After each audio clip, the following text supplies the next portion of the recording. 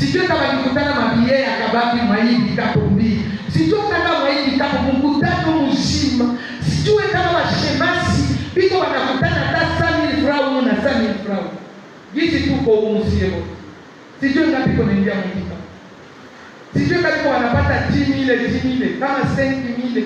Sijui sadaka zenu. Usisindilie kusadaka rafiki yangu.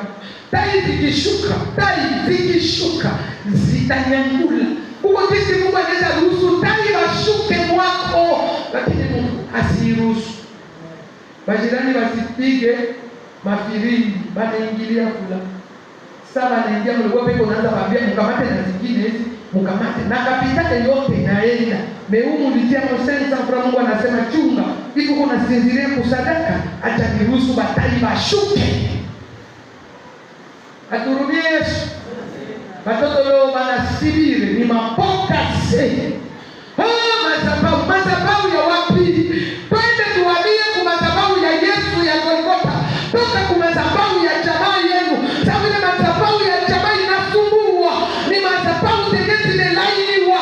Ni madhabahu za magumu na mateso. Ama kama unajua jamaa yako wewe iko na misingi ya madhabahu ilitengwaka. Hamia kwa Yesu. Toka katika wakutoka mwao. Wao watakuwa nasema umwa alitoka wapi? Mbona wote wanakuwa walevi? Huyu ni pastor,